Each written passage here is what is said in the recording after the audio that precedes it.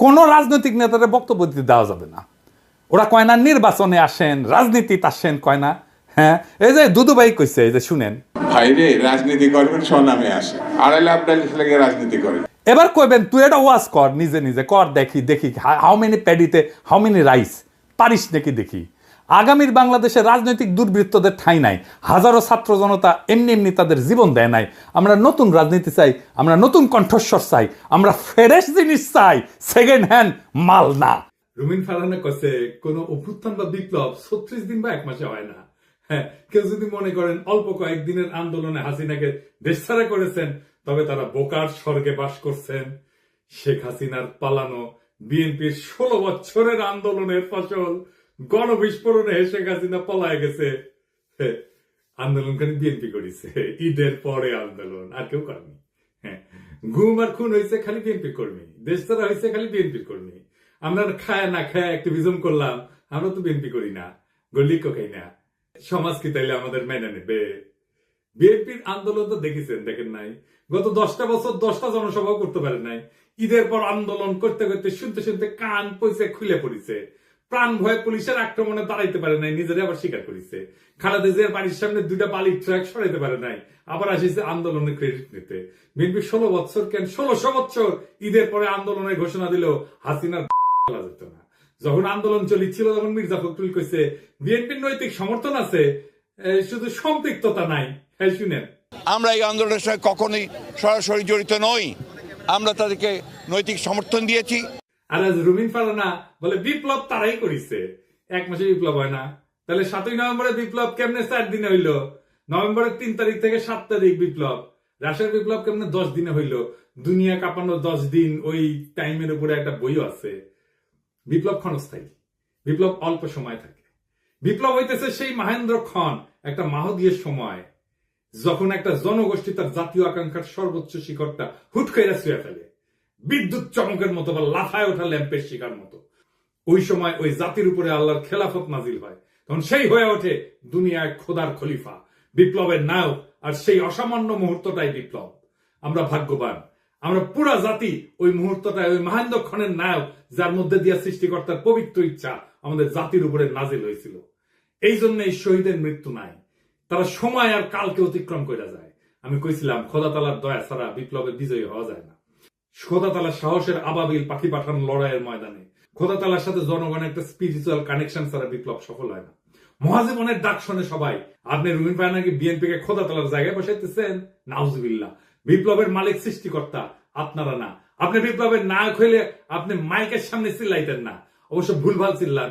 কইতেছে 18 সালে নাকি বিএনপি নির্বাচন প্রত্যাখ্যান করেছে। শুনেন, আওয়ামী লীগ যখন ভারতের সঙ্গে আঘাত করে 14, 18, 24-এ ক্ষমতা দখল করলো, বিএনপি তখন আকস্মিকভাবে জনগণের পাশে থেকে নির্বাচন প্রত্যাখ্যান করেছে। ওই নিজেই 2018 সালে সংসদে সংরক্ষিত আসনের এমপি ছিল বিএনপির, আবার বিএনপি নির্বাচন প্রত্যাখ্যান করছে। কি কয় না কয় তার কোনো ঠিক নাই। শুধু তাই না, 10 কাঠার একটা প্লট চাই আবেদন করেছিল, যে প্লট পাইলে নাকি চিরকৃতজ্ঞ থাকিবে। দেখেন, একটা প্লটের লোভ সামলাইতে পারে না, সে আবার বিপ্লব করে। হ্যাঁ, খেল খতম হয়েছে, পয়সা হজম। দরখাস্তটা দেখেন, একবার বলে 2/3 মেজরিটি নিয়ে বিএনপি ক্ষমতায় যাবে। শুনেন, আবার বলে বিএনপি নেতা কর্মীদের কন্ট্রোল করা যাচ্ছে না, কেন্দ্রে জানায় কোনো লাভ হচ্ছে না। শুনেন, বিএনপি নেতা কর্মীদেরকে মাঠ পর্যায়ে কন্ট্রোল করা যাচ্ছে না, চাঁদাবাজির সঙ্গে যুক্ত, জমি দখলের সঙ্গে যুক্ত, টেন্ডারবাজির সঙ্গে যুক্ত। আমার এলাকাতে পদধারী নেতারা কেউ মাটি ভরাট করে নদীর উপরে, জমি দখল করে, আরেক উপজেলায় পদধারী নেতারা মামলা বাণিজ্য করে। তো কন্ট্রোল করা তো যাচ্ছে না। কেন্দ্রে খবর পাঠানো হয়েছে, কেন্দ্র কোনো অ্যাকশন নেয় নাই। তো বুঝছেন তো, বিএনপি ক্ষমতা এসে কি করবি? আজকে করলে মেলা ইস্যু, বুঝেছেন? এটা নিয়ে ধরি। ওই যে কুদ্দুস বয়াতি আছে না, ওরা একটা চমৎকার গান আছে, কলে কোনটা ছেড়ে কোনটারে ধরি। শুনিছেন? শোনেন নাই? আরে এডিটর সাহেব, এনে শুনে দেন না, এরপরে তো বাম্বু চলবে বরাবর। এনে সবাই এনার্জি নিয়ে আনি, তাই না? শোনেন,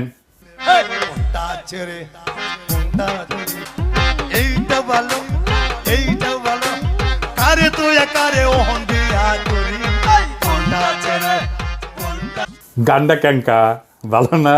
এনার্জি আসিছে না? হ্যাঁ, কুদ্দুস বয়াতি কলে আমার খুব প্রিয় শিল্পী, বুঝছাও। এবার আসেন প্রথম ইস্যু। আমি গতকাল কইছিলাম না যে আগাম নির্বাচনের ইন্ডিয়ার ইস্যু, বিনা সিকরি কি বলেছিল? দেখান তো এডিটর সাহেব, আবার দেখান। The political parties of Bangladesh are saying this to Mohammed Yunus. Elections first.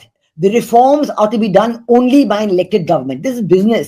ঠিক তার পরদিন বলল ভারতীয় সেনা প্রধান যে 5 তারিখ নাকি সারাক্ষণ সে ওয়াকার সাহেবের টাচে ছিল। হ্যাঁ, ওর মুখেই শোনেন, নিজের মুখেই শুনেন। এই যে এডিটর সাহেব শুনে দেন। I'm in touch with the chief of Bangladesh during the time of when this changeover took place. I was in constant touch with him, and even thereafter, in November 24, we had a video conference also. As far as the military cooperation is concerned, is again going up in the same way. Our officers have moved there for the NDC also. When we talk about the relationship we should talk about when there is an elected government. So as of now, the relationship is with the military is well and perfect. তাইলে ওয়াকার সাহেবের মধ্যস্থতায় যা যা হয়েছে পাওয়ার ট্রান্সফারের, তা Indian সেনাবাহিনীর সাথে আলাপ করে হয়েছে, ঠিক কিনা? এবার বুঝেছেন তো বিপ্লব কখন কেমনে কোনটি গেছে? আমি কই নাই আগে কইছিলাম, কই নাই আগে ক্যান্টনমেন্টে যায়েন না কইছিলাম না কইছিলাম। এখন বুঝেছেন তো যে মাখা ভাত খাইছেন আর জনগণরে খাওয়াইছেন, তা মাইকা দিছিল ইন্ডিয়া। আর কি কইছে? নির্বাচিত সরকার আসলে সম্পর্ক স্বাভাবিক হবে। আবার শুনেন। When we talk about the relationship we should talk about when there is an elected government. তার মানে বিএনপির সাথে সেটেলমেন্ট হয়ে গেছে, বিএনপি ক্ষমতাতে আসলে তার আর ডিস্টার্ব দেবে না, তার আগে যত পারা যায় ডিস্টার্ব দেবে, ঠিক কিনা বলেন? ফাহাম আব্দুল সালাম, ওরা নিয়ে একটু কথা বলি। ফাহাম দেশে গেছিল, আপনারা মনে হয় অনেকেই জানেন যে ফাহাম মির্জা ফখরুল ভাইয়ের মেয়ে জামাই। তো আমি অত্যন্ত পছন্দ করি ফাহামকে ব্যক্তি হিসেবে, ভেরি চার্মিং পার্সোনালিটি। এই ফ্যাসি বিরোধী লড়াইয়ে তার অসামান্য ভূমিকা ছিল। সে আরবান এলিট যুবক তরুণদের এই লড়াইয়ের জন্য তৈরি করছে, সে একাই। আমি ভালো কথা বলে ফেললাম না? হ্যাঁ, বাংলাদেশে কারো সম্পর্কে ভালো কথা বলা খুব মুশকিল। যারা ফাহামকে পছন্দ করেন না তারা গালাগালি করতে পারে, আর যারা ফাহামকে পছন্দ করে তারাও গালাগালি করবে যে ও আসিছে এবার ফাহামের জনপ্রিয়তা দিয়া তোমার পয়েন্ট বাড়ানোর জন্য, পয়েন্ট খাওয়ার জন্য আসিছে। আর যদি কখনো ফাহাম গ্যাঞ্জাম করে, অ্যান্টি পিপল স্ট্যান্ড নেয়, তখন এসে বলবে দেখেছেন দেখেছেন, খুব তো তখন প্রশংসা করেছিলেন। যাই হোক, এটা বলে রাখলাম যে ফাহাম আমার এলাই না, এখন রাজনৈতিক মিত্র না। কারণ ফাহাম বিএনপির যে স্ট্যান্ড নিছে, যেটা আপলোড করে, সেটা করেও সম্পর্ক রাখা যায় ভিন্ন মতের মানুষের সাথে, কিন্তু ফার্ম সেটা রাখবে না বলে সিদ্ধান্ত নিছে, এটা কোনো সমস্যা নাই, অ্যাবসলিউটলি ফাইন। ফার্ম সম্পর্কে এত কথা বললাম যে আমাকে তাকে রেফার করে কথা বলতে হবে, সেই জন্য বলে নিলাম আর কি। কারণ সেও বলছিল যে এই লড়াইয়ে যারা ছিল তারা তার ভাই দাদা বলছে, তো সেটা আমার তরফ থেকেও এখন এটা বলে না, ওটা ভালো। তো ফার্ম দেশে গেল, সেই সময় ছাত্রদের নিয়ে বসেছিল, বলছিল সম্ভবত একটা টিভি শোতে যে ছাত্ররা বিএনপির সাথে এলাই করলে ভালো করবে, এটা তাদের বেটার সিকিউরিটি দেবে। স্বার্থের দিক থেকে তারা যদি বিএনপির সাথে অ্যালাইন করে, আমার মনে হয় যে তাদের ভবিষ্যৎ অন্য অপশন থেকে বেটার। 2 দিন আগেও লিখলো ফার্ম যে আওয়ামী লীগের মিছিল হচ্ছে বড়, এইটা আমরা নাকি একে অন্যকে অপমানিত করছি, তার ফল। হ্যাঁ, মাঝে মাঝে ফার্মের কথা শুনে হাসি। আচ্ছা ফার্ম, বিএনপি কি কাউকে সুরক্ষা দেওয়ার কথা বলা মানায়? আর বিএনপি কি কাউকে সুরক্ষা দিতে পারে? দিছে কখনো? এই সব ক্ষমতা কি বিএনপির আছে না ছিল? ক্ষমতা জিনিসটা কি, সেটা কিভাবে তৈরি হয়? বিএনপির যদি কাউকে সুরক্ষা দেওয়ার হিম্মত থাকতো তাহলে জিয়া তো নিহত হয় না, ইলিয়াস আলী গুম হয় না, সালাউদ্দিন চৌধুরী ফাঁসিতে যায় না, তারেক রহমান নির্বাসনে যায় না, বালুর ট্রাক ফেলা তার খালেদা জিয়াকে আটকাই দিতে পারে না। বিএনপি কি দেশকে আওয়ামী লীগের ফাঁসিদের হাত থেকে রক্ষা করতে পারছে? পারে নাই। বাংলাদেশের সবচেয়ে বড় রাজনৈতিক দল হয়েও অগাস্ট বিপ্লবের নেতৃত্ব দিতে পারে নাই। এই বিএনপি আগামীতে ক্ষমতায় যাইতে পারে, কিন্তু এই ক্ষমতা সে রাখতে পারবে না, কারণ ক্ষমতা বিষয়টাই সে বুঝে না। দেখেন, বিএনপির জন্ম হইতো না 1975-এর 15ই আগস্ট না ঘটলে। সেই আগস্ট বিপ্লবীদের রক্ষা করতে বিএনপি করে নাই। মুজিব হত্যা মামলার বিচারে অভিযুক্ত সবাইকে জজ গোলাম রসুল ফায়ারিং স্কোয়াডে গুলি করে মারার মৃত্যুদণ্ডের রায় প্রদান করছিল। যদিও দেশে প্রচলিত সিআরপিসিতে মৃত্যুদণ্ড দণ্ডিতদের ফায়ারিং স্কোয়াডে গুলি করে মারার কোনো বিধানই নাই। সংসদে এই অপকর্মের বিরুদ্ধে সেদিন 120টা আসন নিয়েও বিএনপি কোনো বিরোধিতা না করে মুখে কুলু পাইতে চুপ করে বসেছিল। তাই বিএনপি কাউকে রক্ষা করতে পারবে না, করবে না, সে ক্ষমতা নেই। বিএনপি ক্ষতি করতে পারবে, সেটাই আসল ক্ষমতা। রক্ষা করতে পারাটা রাজনৈতিক ক্ষমতা না, বরং ক্ষতি করতে পারার হিম্মতটাই রাজনৈতিক ক্ষমতা। আমি এই প্রসঙ্গে বিস্তারিত আলাপ করছি আগের এপিসোডে। আওয়ামী লীগের মিছিল বড় হচ্ছে এই জন্য না যে কেউ কাউকে অপমান করছে আর অভিমানে রাজপথ ছেড়ে দিচ্ছে তাই আওয়ামী লীগ মিছিল করতেছে, না তা না। বাম বাংলাদেশে বিএনপি বা জামাত বা ছাত্রদের এনসিপির গ্রিন সিগন্যাল ছাড়া আওয়ামী লীগের বাতের ক্ষমতা নাই মিছিল করে। আওয়ামী লীগ বিএনপির আশকারা পাইয়া মিছিল করতেছে না, শুধু বিএনপি আওয়ামী লীগের মিছিল করে দিচ্ছে। হ্যাঁ বা বেশ, এইভাবে তারা আওয়ামী লীগকে বাঁচাই রেখে জনগণকে ভয় দেখাইতে চায়। বিএনপি ক্ষমতায় আসার আগেই দলটার নেতা কর্মী এবং তাদের আত্মীয় স্বজনরা আওয়ামী লীগের রাজনৈতিক স্বার্থ রক্ষার জন্য কতটা মরিয়া হয়ে উঠছে এ খবর পড়লেই সেটা বুঝতে পারবেন। আওয়ামী লীগকে যারা রুখে দিতে পারবে তারাই আগামী বাংলাদেশের নেতা হবে। বিএনপি রুখতে না চাইলে তো মাঠ ফাঁকা থাকবে না। বিএনপি প্রাণ ভয়ে রাজপথে 28 অক্টোবর দাঁড়াইতে পারে নাই, তার জন্য কি বর্ষা বিপ্লব থেমেছিল? ছিল না। ফার্মের কন্ট্রাডিকশন গুলো নিয়ে আলাপ করি না, চাইলে করা যায়। ফার্ম কইতেছে 71 একটা রেড লাইন, এই রেড লাইন ক্রস করলে বাংলাদেশের রাজনীতি করা যাবে না। এই জন্য নাকি জামাত মেইন স্ট্রিম হইতে পারে নাই। আজিব বাত। বিএনপি কি 71 কে ওন করে? সে নিজে কি ফার্মকে নিজে বাঙালি জাতীয়তাবাদকে ওন করে? ফার্ম তো নিজেই নিজেকে হিন্দুস্তানি মুসলমান বলছে। দেখেন, আমি নিজেকে বাঙালি মনে করি না, আমি নিজেকে হিন্দুস্তানি মুসলমান মনে করি। ফার্ম কি ধর্ম নিরপেক্ষতা মানে? সে কি সমাজতন্ত্র মানে? সে নিজেই কমিউনিস্টকে দান্দিক বলে। সেই বাকশাল চায়, আবার ইউরোপিয়ান এনলাইটমেন্ট চায়। দান্দিক বোকাচোদা আর কি। তাইলে ফার্মের 71টা আসলে কি? ফার্মের ন্যারেটিভ কি 71-এর? আমি আসলে জানতে চাই। এবার আসেন বিএনপির 31 দফা নিয়ে আলাপ করি। আমি 31 দফার এক এক দফা নিয়ে সারা ভাবে আলাপ করেছি, আপনারা দেখছেন। আলাপ একবারে যদি করতাম আগ্রহ ধরে রাখতে পারতেন না। তো বিএনপির কিছু কইতে ইচ্ছা করে না, এরা বেকুব ভর্তি দল, এরা নিজেদের দুর্বলতা কখনো বুঝতে পারে নাই। যেহেতু অ্যান্টি আওয়ামী লীগ সকলের কাজের সুফল পাইছিল, তাই তারা ভাবে নাই নিজের ইন্টেলেকচুয়াল অ্যাসেট গড়ে তুলতে হবে। এখন পরিচয় গাড্ডায় আওয়ামী আমলের কোন ন্যারেটিভ তৈরি করতে পারেন নাই, একটাও না। আপনি দেখাইতে পারবেন না একটা ন্যারেটিভ তৈরি করছে, নিজেদেরকে রক্ষা করতে পারেননি ন্যারেটিভ তৈরি করে। আর এইটা যে তাদের দুর্বলতা, এটা কোনোদিন খতায় দেখে নাই। গাড়বেলি করে মাস্তানি হয়, রাজনীতি হয় না। রাজনীতি সিরিয়াস বিষয়, ক্ষমতা মাফিয়াদেরও থাকে। যাই হোক, আজকে 2টা দফা নিয়ে আলাপ করবো বিএনপির 31 দফা। তার আগে কয়ে নেই, রাজনৈতিক দফার সংখ্যা কম হইতে হয়। আমি চ্যালেঞ্জ দিয়ে বলতে পারি, বিএনপি স্ট্যান্ডিং কমিটির প্রত্যেককে আলাদা কইরা 31 দফা লিখতে বলেন, পারবে না, একজনও লিখতে পারবে না 31টা দফা। আপনি বিএনপির কর্মী হন, নেতা হন, নিজে লেখেন, এটা এপিসোড বফ করে নিজে লেখেন, পারবেন না। আমি চ্যালেঞ্জ দিলাম, পারবেন না। আপনি নিজে যার রাজনীতি করাটাই কাজ, যে পারেন না নিজের দফাটা নিজে লিখতে, মনে রাখতে। পাবলিকের বাপের ধন কি সাপে খাইছে যে সে মনে রাখবে? তা ঠেকা পড়ছে। আসেন দেখি রাজনৈতিক কর্মসূচি অল্প দফায় কেন হইতে হয়, সেটা একটু আলাপ করি। 1 নম্বর কারণ সহজবোধ্যতা। অল্প দফা থাকলে জনগণ সহজে বুঝতে পারে কি দাবি করা হচ্ছে। বেশি দফা থাকলে মেসেজ জটিল হয়ে যায়, সেই জন্য সাধারণ মানুষের মনোযোগ হারানোর ঝুঁকি বাড়ে। 2 নম্বর, মোবিলাইজেশন সহজ হয়। কম দফা মানে একটা বা 2টা মূল দাবির পিছনে জনগণ জোরালো ভাবে ঐক্যবদ্ধ হইতে পারে, আন্দোলনের শক্তি বাড়ে। 3 নম্বর, কৌশলগত চাপ সৃষ্টি করা যায়। সরকার বা বিরোধী শক্তির উপর চাপ তৈরি করার জন্য স্পষ্ট এবং নির্দিষ্ট দাবি থাকা জরুরি। বেশি দাবি দিলে কোনো দাবি নিয়ে সুনির্দিষ্টভাবে চাপ তৈরি করা যায় না। গতি বজায় রাখা। কম দফার কর্মসূচি আন্দোলনের গতি এবং ফোকাস বজায় রাখে। লম্বা তালিকা মানে প্রত্যেকটা বিষয় আলাদা করে ব্যাখ্যা লাগবে, যা সময় ক্ষেপণ করে। 5 নম্বর হইতেছে সংবাদ মাধ্যমে সহজে প্রচার। মিডিয়া ছোট স্পষ্ট বার্তা প্রচার করতে পছন্দ করে। অল্প দফায় আন্দোলন সহজে শিরোনাম হয়। আমি এটা বললাম আন্দোলন এই কারণে, কারণ তারা কিন্তু 31 দফা আন্দোলনের সময় করছে, বিপ্লবের পরে করে নাই। সেজন্য আন্দোলনের কথা বললাম। আমাদের সফল আন্দোলনগুলো দেখেন, রাষ্ট্রভাষা বাংলা চাই। 6 দফা, এরশাদ বিরোধী আন্দোলনের 1 দফা, 1 দফা 1 দাবি, এরশাদ তুই কবে যাবি। হাসিনা খাদের আন্দোলনের 1 দফা। এমনকি বিএনপি যে 4 দলীয় জোটের 5 দফা ছিল 2001 সালের নির্বাচনে, দুর্নীতিমুক্ত প্রশাসন, সুশাসন, আইন শৃঙ্খলা উন্নয়ন, এই সমস্ত। তারপরে দফা বাড়তে থাকে। 2018 সালে বিএনপির ঐক্যফ্রন্টের দফা হয় 7 দফা আর 11টা লক্ষ্য। এই হইতেছে বাম ইনফ্লুয়েন্স। দাবি ঢুকাইতে দিতে হবে টাইসা। মানুষ পড়লো কিনা শুনলো কিনা ভাবাভাবি নেই। আসেন 31 দফার 2 নম্বর দফা নিয়ে দেখি। তারা কইতেছে বাংলাদেশে গণতন্ত্র, ভোটাধিকার পুনঃপ্রতিষ্ঠা এবং স্বচ্ছ গণতান্ত্রিক প্রক্রিয়াকে স্থায়ী, সাংবিধানিক এবং প্রাতিষ্ঠানিক রূপ দেওয়ার লক্ষ্যে একটা নির্বাচনকালীন দল নিরপেক্ষ তত্ত্বাবধায়ক সরকার ব্যবস্থা প্রবর্তন করা হবে। ভালো কথা, কিন্তু প্রশ্ন হইতেছে তত্ত্বাবধায়ক সরকার তো বিএনপি প্রবর্তন করেছিল, তাই না? আইন কইরা 96 সালে তো টিকলো না কেন? আবার আইন করবে, টিকবে না। মানে আমরা চক্রাকারে একই সমস্যার আবর্তে ঘুরপাক খাবো নাকি বারে বারে? আবার যে বাতিল হবে না তার নিশ্চয়তা কি? জনগণ চায় একটা নিরপেক্ষ নির্বাচন, অবাধ স্বচ্ছ নির্বাচন, নেতা নির্বাচনের স্বাধীনতা। এটা কিভাবে নিশ্চিত হবে? বিএনপি তো বিচারপতির বয়স বাড়ায় নিজেদের পছন্দ মতো লোককে তত্ত্বাবধায়ক সরকার প্রধান বানাতে চেয়েছিল 2006 সালে, জানেন তো? 2007 সালের জানুয়ারিতে যে সাধারণ নির্বাচন পরিচালনা হবে, সেটার জন্য তত্ত্বাবধায়ক সরকার গঠিত হওয়ার কথা ছিল। তার প্রধান উপদেষ্টা হিসেবে বিচারপতি KM হাসানকে নিয়োগ করা হয়। উনি একসময় বিএনপির কেন্দ্রীয় নেতৃত্বে ছিলেন। তৎকালীন আওয়ামী লীগের মতে কে এম হাসান যাতে তত্ত্বাবধায়ক সরকারের প্রধান উপদেষ্টা হইতে পারে সেই জন্য বিএনপি সংবিধান সংশোধন করে বিচারপতির অবসর গ্রহণের বয়সসীমা বাড়াই দিছিল। গ্যাঞ্জাম বাঁধে এই নিয়ে, আবার গ্যাঞ্জাম বাঁধবে। এই দফা দিয়ে কি অবাধ সুষ্ঠু নির্বাচন করা যাবে?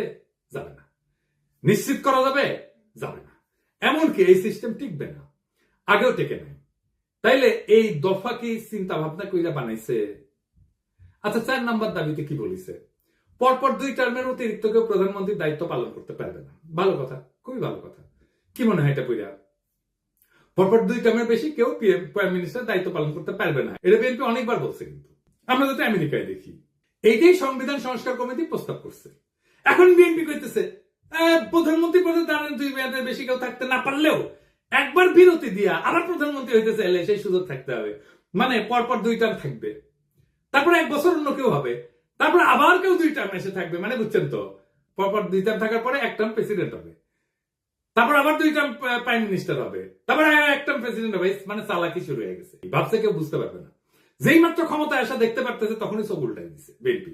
যখন ক্ষমতা থেকে দূরে তখন কত ভালো ভালো কথা দেখিস, কি সুন্দর চাঁদ উঠিছে, এখন আর চিনে না।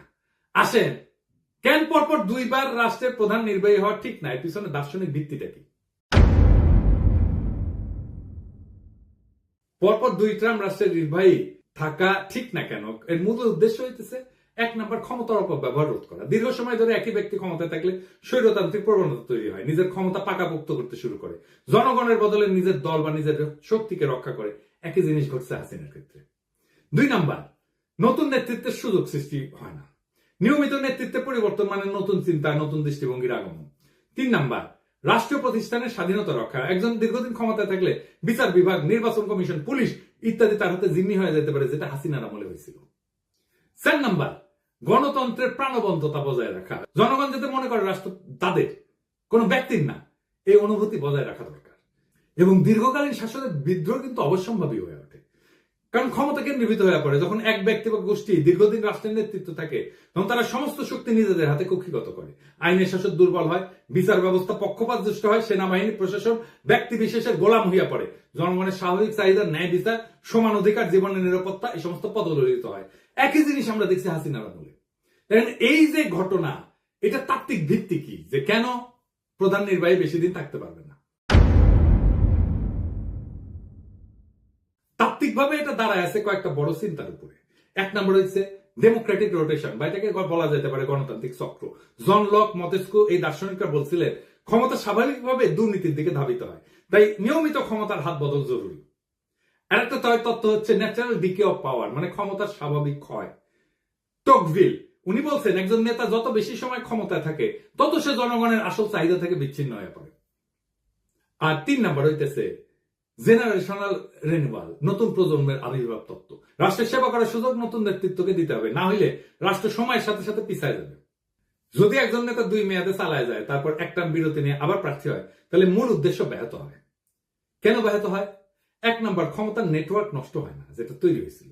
যে নেতা টানা 2 মেয়াদ চালাইছে তার সময়কালে প্রশাসন, বিচার বিভাগ, পুলিশ, মিডিয়া, ব্যবসায়ী গোষ্ঠী সব স্তরে স্তরে অনুগত এক ধরনের নেটওয়ার্ক তৈরি হয়। 1 টার্ম বিরতিতেও এই নেটওয়ার্ক বাইসে থাকে, সক্রিয় থাকে। এখন দেখতেছেন না, এখনো হাসিনার লোকজন প্রশাসনে আছে। তো উনি যখন আবার প্রার্থী হয়, এই শক্তিগুলো তাকে সুবিধা দেয়, ফলে নতুন প্রতিদ্বন্দ্বিতা বা নতুন নেতৃত্বের সুযোগ প্রকৃত অর্থে হয় না। 2 নাম্বার, জনগণের মনস্তত্ত্ব পাল্টায় না। নেতার ব্যক্তি পূজা বা জনপ্রিয়তার মিথ ভেঙে যেতে সময় লাগে। মাত্র 1 মেয়াদের বিরতি তা ভাঙার জন্য যথেষ্ট না, ফলে পুরনো প্রভাব বজায় থাকে। মানুষ মনে করে ওই লোকটাই আবার ফিরে আসবে। 3 নাম্বার, প্রশাসনিক নিরপেক্ষতা থাকে না। নির্বাচন কমিশন, পুলিশ, সরকারি যন্ত্রপাতি তাদের পুরনো বসের জন্য অপেক্ষায় থাকে, ফলে নির্বাচন প্রতিযোগিতামূলক হয় না, গণতন্ত্র দুর্বল হয়। 4 নম্বর হইতেছে নতুন প্রজন্মের নেতৃত্ব বাধাগ্রস্ত হয়। যখন পুরনো নেতা আবার ফিরে আসার সম্ভাবনা রাখে, তখন নতুন নেতৃত্ব উঠে আসতে ভয় পায় বা বাধাগ্রস্ত হয়, গণতন্ত্রের নবায়ন থেমে যায়। তত্ত্বে যতই বলা হোক না কেন, অনেক রাষ্ট্রনায়ক নিয়ম ভেঙে আজীবন ক্ষমতা ধরে রাখার পথ তৈরি করছে। সবচেয়ে উল্লেখযোগ্য 2টা উদাহরণ দিই। ভ্লাদিমির পুতিন টানা 2 টার্ম শেষ হওয়ার পর উনি সংবিধান অনুযায়ী প্রেসিডেন্ট হইতে পারতেন না, তাই নিজের ঘনিষ্ঠ দিমিত্রি মেদভেদেভকে প্রেসিডেন্ট করে নিজে হয় প্রধানমন্ত্রী, কিন্তু রাশিয়া প্রকৃত ক্ষমতা নিজের কাছেই রাখে। 2012 সালে আবার প্রেসিডেন্ট হয়, পরে সংবিধান সংশোধন করে তার মেয়াদের সীমাটা মুছে দেয়। এখন পুতিন 2036 সাল পর্যন্ত প্রেসিডেন্ট থাকতে পারবে, অর্থাৎ প্রায় 4 দশক ধরে। এর ফলাফল কি হয়েছে? রাশিয়া গণতন্ত্র থেকে দূরে সরে গেছে, বিরোধী নেতারা নিশ্চিহ্ন হয়ে গেছে এবং ব্যক্তিকেন্দ্রিক একনায়কতন্ত্র তৈরি হয়েছে। শি জিনপিং, চীন প্রেসিডেন্টের জন্য 2 মেয়াদের সীমা ছিল 5-5-5 10 বছর। শি জিনপিং 2013 সালে প্রেসিডেন্ট হয়। 2018 সালে চীনের কমিউনিস্ট পার্টি সংবিধান পরিবর্তন করে 2 মেয়াদের সীমা তুলে দেয়। এখন শি জিনপিং আজীবনের জন্য প্রেসিডেন্ট থাকার পথ খুলে দিয়েছে। এর ফলাফল কি? চীনে ব্যক্তির চেয়ে পার্টি বড়, এই নীতিগতভাবে লঙ্ঘন করছে। আজ চীনে গণতান্ত্রিক কোন নির্বাচন নাই, মত প্রকাশের স্বাধীনতা কঠিনভাবে নিয়ন্ত্রিত। ফলে যখন 2 টার্মের নিয়ম ভেঙে ফেলা হয় বা কোন ছিদ্র রেখা, ক্ষমতা ধরে রাখার রাস্তা রাখা হয়, তখন গণতন্ত্র দ্রুত দুর্বল হয়ে পড়ে, রাষ্ট্র ব্যক্তি কেন্দ্রিক হয়ে যায় এবং জনগণের স্বাধীনতা কাগজে কলমে সীমাবদ্ধ হয়ে পড়ে। আমি মাঝে মাঝে চুপচাপ হয়ে বসে থাকি, ভাবি যে যদি 2028 সাল পর্যন্ত আওয়ামী লীগ থাকতো কি হইতো? নির্বাচনের নাম উচ্চারণ করলেই নীল সাদা ভাই নিশা দাঁড়াইতো দোরগোড়ায়, ঠান্ডা গলায় বলতো চলেন। তারপর বাকিটা একটা কালো গল্প, যার শেষ পাতায় রক্তের দাগ। লুৎফুজ্জামান বাবর কারাগারের ঘুপসি কোণে চোখ তুলা পাখিদের উঠতে দেখতেন আর ভাবতেন তারা এখনো উঠতে পারে, অথচ আমি। সালাউদ্দিন আহমেদ শিলংয়ের আকাশে হাত তুলতেন, এই নীল কি ঢাকার মতো, নাকি আমি বদলে গেছি? খালেদা জিয়া এখন অন্তরীণ থাকতেন। রিজভী ভাই কোলাপসেবল গেটের পিছনে মাফলার গলায় দিয়া হাতে গোনা কয়েকজন কর্মী নিয়ে শীতের মধ্যে ঠকঠক করে কাঁপতেন, ওটাই ওনার রাজনৈতিক কর্মসূচি হয়ে থাকতো। আর আয়নাগর, ওইখানে নাম ঝুলতো শত শত মৃত স্বপ্নের, ভুলে যাওয়া মানুষের, যারা একদিন হাঁটতো, হাসতো, স্বপ্ন দেখতো, তারপর চুপ হয়ে যেত। আমরাও চুপ হয়ে যেতাম, চুপচাপ বাজারে যেতাম, চুপচাপ অতি মূল্যে অল্প কিছু ডিম কিনতাম, সবজি কিনতাম, আর মাছ মাংস দেখে হাফ পিত্তেশ করতাম। চুপচাপ আয়নায় তাকায় ভাবতাম, এটা আমার মুখ না, আমি কোথায় হারালাম? ঠিক তখন কিছু সাহসী তরুণ উঠে দাঁড়ায়, তারা বলে এমন জীবন চাই না। তারা বাতাসে ছড়ায় দেয় আলো, আমরা গলা ছেড়ে কাপা কাপা স্বরে ওদের দেখে পথে নেমে আসি, সাহস নিয়া বলি আমরা ভালো নাই। কিন্তু আজ আমরা বলি ওদের হটাও, ওরা রাজনীতি করে ফেলছে। ওদের রক্ত আজকে পথের ধুলা, ওদের কান্না আজকে নীরব শোক। আমরা চিৎকার করি এখনই নির্বাচন চাই, ডিসেম্বরেই চাই, এখনই চাই। দেশ যে ভালো চলতেছে এটা কেউ দেখে না। রিজার্ভ বাড়তেছে, দুর্নীতির টাকা ফিরতেছে, সংস্কারের বাতাস লাগছে, কিন্তু এই খবর কারো কানে ছয় না। একটাই আমাদের পিপাসা এখন, ক্ষমতা আর ক্ষমতা। আলোর এই লড়াই কখনো সহজ ছিল না। আলোর জন্য যারা পথে নামে তাদের পা রক্তাক্ত হয়, তাদের চোখে জল জমে, তাদের গলা রুদ্ধ হয় কান্নায়, কিন্তু তবু তারা হাঁটে কারণ তারা জানে পিছাই গেলে চিরকাল হারায় যেতে হবে। আজ যারা রক্ত দিচ্ছে, যারা ভয়কে পিছনে ফেলে আগাইছে, তাদের নাম ইতিহাসের পাতায় লেখা থাকবে। আজকে যারা কাঁপতেছে, মিথ্যা বলতেছে, তারা কেবল হারায় যাবে বিস্মৃতির ধুলায়। বিপ্লব কখনো সংগঠিত হয় না বক্তৃতায়, বিপ্লব জন্ম নেয় নির্ভীক হৃদয়ের তপ্ত রক্তে। আমরা সেই রক্তের উত্তরাধিকার, আমরা হারব না। তারা ভাবছিল আমরা ভয় পাবো, তারা ভাবছিল আমরা হাইরা যাব, তারা ভাবছিল আমরা মুখ নিচু কইরা ঘরে ঢুকে যাব, কিন্তু তারা ভুল করছে। আমরা পিছু হটিনি, আমরা সামনে আগাইছি, আমরা থামিনি, আমরা ঝড় তুলছি, আমরা চুপ থাকিনি, আমরা স্লোগানে মুখর করছি রাজপথ।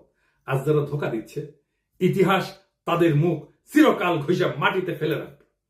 আজ যারা দাঁড়াইছে, ইতিহাস তাদের মাথায় তুলে নেবে। আজ আকাশ ভেঙে পড়ুক, সমুদ্র ফেটে যাক, আমরা পিছু হটবো না। আমাদের জয় হবে ইনশাআল্লাহ। ইনকিলাব জিন্দাবাদ।